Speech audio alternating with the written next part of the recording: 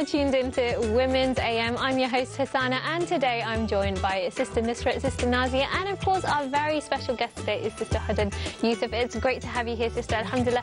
And you're a multi-talented sister, mashallah. You know, spoken word artist, you're a multimedia journalist. Tell us a little bit more about the things that you do, Sister, mashallah. Well, yeah, as you say, I'm a multimedia journalist, which in effect means I do write, I do photojournalism, and on social media platforms as well, report and comment and things like that and analyse. So, yeah, talent, that's subjective, but I try.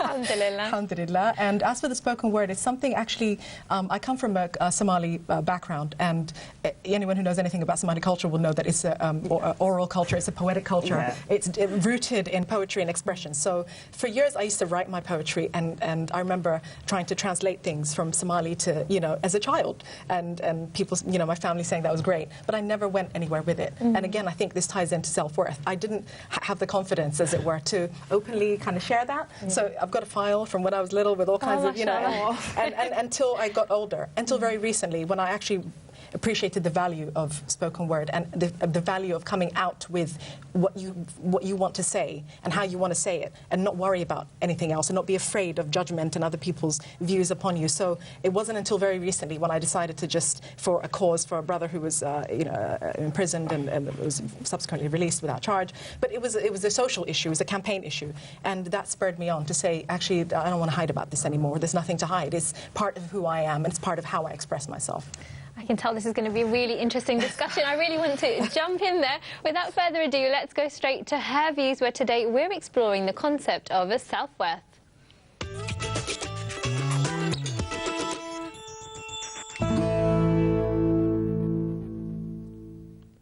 The idea of self-worth and self-esteem is very much talked about in the society we live in, especially when pressure to conform to certain standards of beauty and the unhappiness that perhaps comes with it is at an all-time high. Learning how to love oneself is key, but how exactly do we gain self-worth?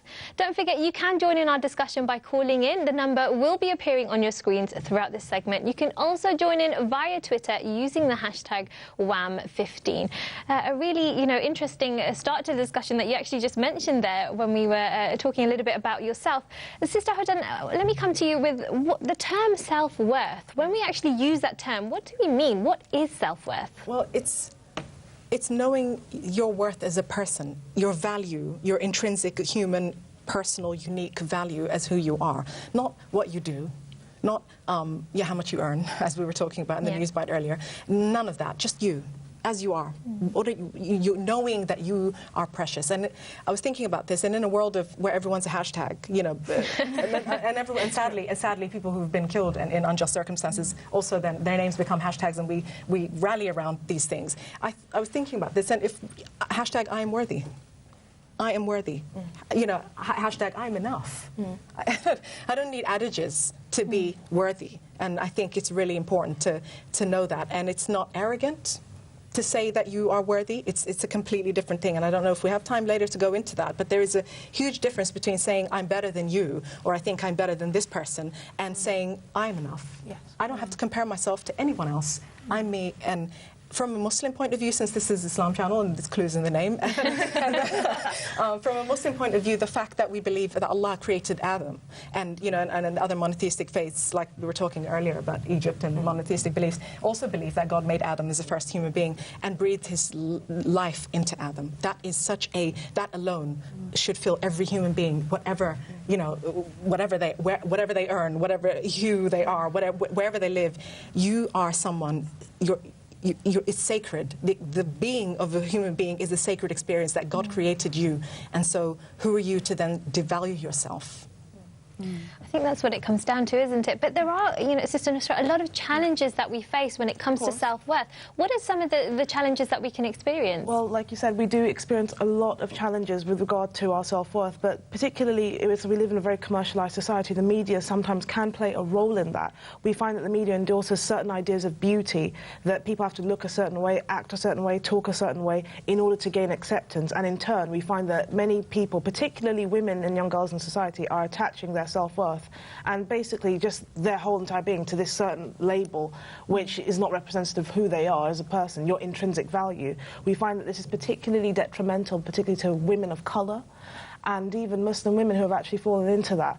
We find that people such as Michaela Angela Davis, who is a writer and image activist, she actually has used her work to try and inspire women to love their natural selves. And particularly also, she talks about it within the context of the black community, where having weaves, hair extensions, is now seen as that's the kind of ideal. And if your hair is not like that, so the term, for example, the word nappy, is kind of used as a way to kind of stigmatize somebody who has their natural self.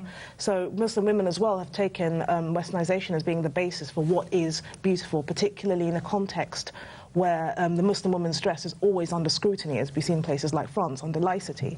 Capitalism and the capitalist mentality has contributed to that, because we find that people's values being attached to how much they earn. And in turn, this creates depression, psychosis for people to think that because they don't earn this, because they don't have this, that they're nothing, and that's completely wrong.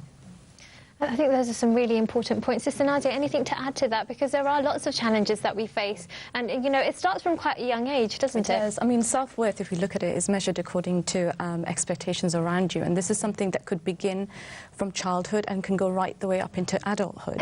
And it's affected by your relationships through family, friends, colleagues, and even the values within society. I think in terms of the challenges, I think when the two people, or the two groups that in terms of that I get affected greatly are Muslim women, for example, and also amongst the youth. I think there are huge issues in terms of self-confidence, self-esteem and self-worth for them. Because if you look at the society, for example, we live in, there, you know, through the colonialist kind of thinking and also the kind of influence, what you have got is stereotypes that exist within society. In fact, throughout the whole world, we understand what a successful woman, for example, she's kind of labelled as someone who is beautiful, fashion conscious, someone who is independent financially, somebody who's free to explore relationships, somebody that actually embodies the ideals of freedom.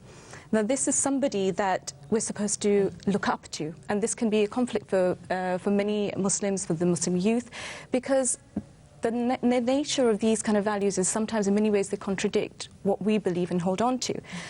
Obviously, when you look at our values, they come from a completely different viewpoint in life. We understand what our purpose in life is, and that purpose in life is to worship Allah subhanahu wa ta'ala, and that decrees then what our way of living is and how we conduct ourselves. So it affects us in terms of our lifestyles, in terms of our dress code, it goes on. And so what often happens is that we are now faced in a society where actually at the moment, especially as a minority, we come across as the ones who are not normal. And so therefore it's a case of your self-esteem can take a battering, because the way that especially Muslim women are perceived, that somehow the dress code means that you are oppressed, you're not intelligent, you're not educated, all of those kind of stereotypes that emerge can have a devastating impact upon somebody if they don't have a very strong conviction about their belief and what they follow, then it can batter their self-esteem. So you will get scenarios where you will have sisters who unfortunately will not have the confidence to put the hijab on, or even the reverse, the opposite, which is unfortunately they may remove the hijab. So this whole discussion in terms of having your self-worth and your self-esteem, it has to be strong to be able to deal with those challenges in the first place, because if you're not strong with who you are, then you're not going to face the obstacles in the way that they should be faced. So, Hodan, there's some really interesting points raised there. I mean, why do you think we face these challenges?